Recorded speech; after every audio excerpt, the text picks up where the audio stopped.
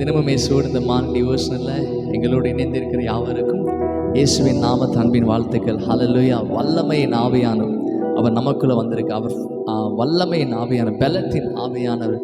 ஏன்னா அவர் நம்ம வெளிச்சத்தில் இருக்கிற எத்தனை பேர் ஆமென் சொல்லுங்கள். வெளிச்சத்தின் பிள்ளைகளாக நாம் இருக்கிறோம். நம்ம சேர்ந்து வல்லமையின் ஆவியானவர் இனி வந்துவிட்ட காரணத்தினால் பொல்லாத சாத்தான் ஒரு சொல்லால் விரட்டி விட்டேன்னு சொல்லி விசுவாசமாக நம்ம காலையில் அறிக்கை செய்து பாடப்போகிறோம். நம்ம வாழ்க்கையில் இருக்கிற எல்லா வியாதி நம்ம விட்டு விலகப் போகுது. நம்முடைய தேவைகள் அனைத்தும் இயேசுவினால் சந்திக்கப்பட போகுது. தேவனாக கர்த்தர் அற்புதங்களை செய்ய போகிறார். ஏன்னா விசுவாசத்தோடு இந்த காலை நேரத்தில் நம்ம அறிக்கை செய்து பாடி ஜெயத்தை பெற்றுக்கொள்ளலாம். ஆமென்.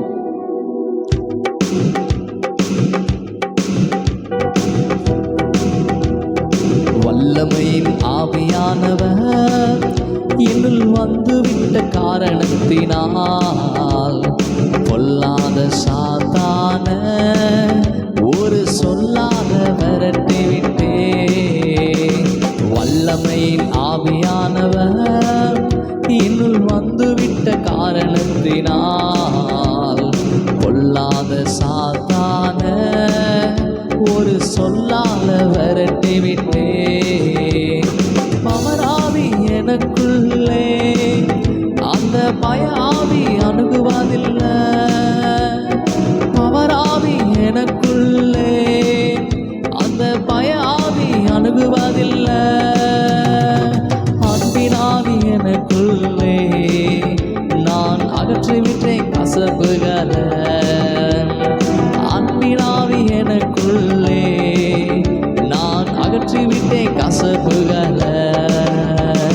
வல்லமையின் ஆவியானவர் என்னுள் வந்துவிட்ட காரணத்தினால் பொல்லாத சாத்தான ஒரு சொல்லால விரட்டி விட்டு. சேர்ந்து சொன்ன வல்லமையின் ஆவியானவர் என்னுள் வந்துவிட்ட காரணத்தினால் பொல்லாத சாத்தான ஒரு சொல்லால விரட்டி விட்டே.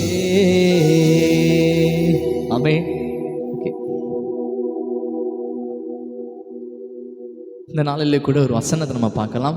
மத்தேயு எழுதின சுவிசேஷ புஸ்தகம் 5ஆம் அதிகாரம் 14வது வசனம். நீங்கள் உலகத்துக்கு வெளிச்சமாக இருக்கிறீர்கள், மலையின் மேல் இருக்கிற பட்டணம் மறைந்திருக்க மாட்டாது. எத்தனை பேர் ஆமேன்னு சொல்கிறீங்க? ஆமேன். நீங்களும் நானும் வசனம் சொல்கிறது நம்ம எப்படி இருக்கிறோம் என்பதை குறித்து. நாம் உலகத்துக்கு வெளிச்சமாக இருக்கிறோம். தேவன் நம்மை வெளிச்சத்தின் பிள்ளைகளாக அவர் வைத்திருக்கிறார். ஸோ அவர் எப்படி ஒளியில் இருக்கிறது போல அவர் நம்மையும் ஒளியின் இடத்துக்கு அழைத்திருக்கிறார், ஒளியாக வைத்திருக்கிறார். ஆமென். ஸோ அதாவது நம்மை காண்கிற மக்கள் நம்மை பார்த்து ரட்சிப்பில் வரப்போகிறாங்க. ஏன்னா அவங்க இருளில் இருக்கும்போது தேவன் நம்மை தனியாக பிரித்தெடுத்துக்கிறார். நம்மை அந்தகார இருளிலிருந்து தம்முடைய ஆச்சரியமான ஒளியினிடத்துக்கு அவர் நம்மை வரவழைத்திருக்கிறார். காரணம் நம்மூல அநேகரை ஏசப்பாக்குள்ளே அறியணும், ஏசப்பாவை அறிஞ்சுக்கணும். அந்தக்காக ஆமென். ஸோ தேவனாக கர்த்தர் நம்ம வெளிச்சத்தின் பிள்ளைகளாக வைக்கிறோம். நீங்கள் இருக்கிற இடத்துல வெளிச்சமாக இருக்க போகிறீங்க. நீங்கள் வேலை செய்கிற இடத்துல வெளிச்சமாக இருக்க போகிறீங்க. வெளிச்சம் என்பது நம்ம எல்லாவற்றிலும் மேன்மையுள்ளவர்களாக, ஆசீர்வதிக்கப்பட்டவர்களாக, அபிஷேகம் பண்ணப்பட்டவர்களாக நீங்கள் இருக்க போகிறீங்க. நீங்கள் விசுவாசமாக இருக்கும்போது கர்த்தர் நம்ம இப்படி தான் வைத்திருக்கார். நம்ம வெளிச்சத்தின் பிள்ளைகளாக நான் இருக்கிறேன் என்று நம்ம யோசிக்கும் போது பாவமான காரியங்கள், தேவனுக்கு பிரியமில்லாத காரியங்கள் நமக்குள்ளே வர வாய்ப்பே கிடையாது. நான் வெளிச்சத்தின் பிள்ளையாக இருக்கும்போது இந்த பாவம் எனக்கு தகுதியானது அல்ல.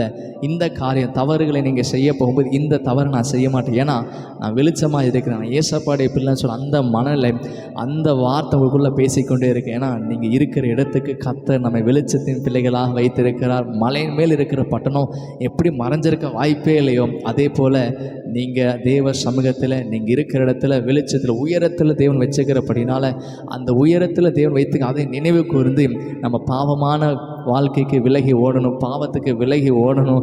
தேவனுக்கு பிரியமில்லாத காரியங்களை செய்து விட்டு அகன்று தேவனுக்கு பிரியமுண்டாக அவருக்கு என்னென்ன காரியங்களாக பிடிக்குமோ தேவனை மகிமைப்படுத்த காரியத்தை நம்ம செய்ய ஆரம்பிக்கணும். ஏன்னா நீங்களும் நானும் வெளிச்சத்தின் பிள்ளைகள், இருளிலே நடவாமல் நம் ஒளியிலே நடக்கிறோம். அவர் நம்மை வெளிச்சமாக வைத்திருக்கிறார். இருக்கிற இடங்களுக்கு வெளிச்சமாக இருக்குது. நீங்கள் இருப்பதனால உங்கள் வீடு ஆசீர்வாதமாக இருக்கும். நீங்கள் அந்த இடத்துல இருக்கிறனால உங்கள் பட்டணம் ஆசீர்வாதமாக இருக்கும், உங்கள் கிராமம் ஆசீர்வாதமாக இருக்கும். நீங்கள் அந்த பகுதியில் வெளிச்சமாக இருக்கிறபடினால் உங்கள் நிமித்தமாக நீங்கள் இருக்கிற எல்லா இடங்களும் ஆசீர்வாதமாகவே இருக்கும். எத்தனை பேர் ஆமேன்னு சொல்லுங்கள்? ஏன்னா அவர் நம்மை வெளிச்சத்தின் பிள்ளைகளாக வைத்திருக்கிறார். அல்லேலூயா! எவ்வளோ ஒரு பாக்கியம் நமக்கு. நம்ம சேர்ந்து ஜெபிக்கலாமா? தகப்பனே, நன்றியோடு துதிக்கிறோம்.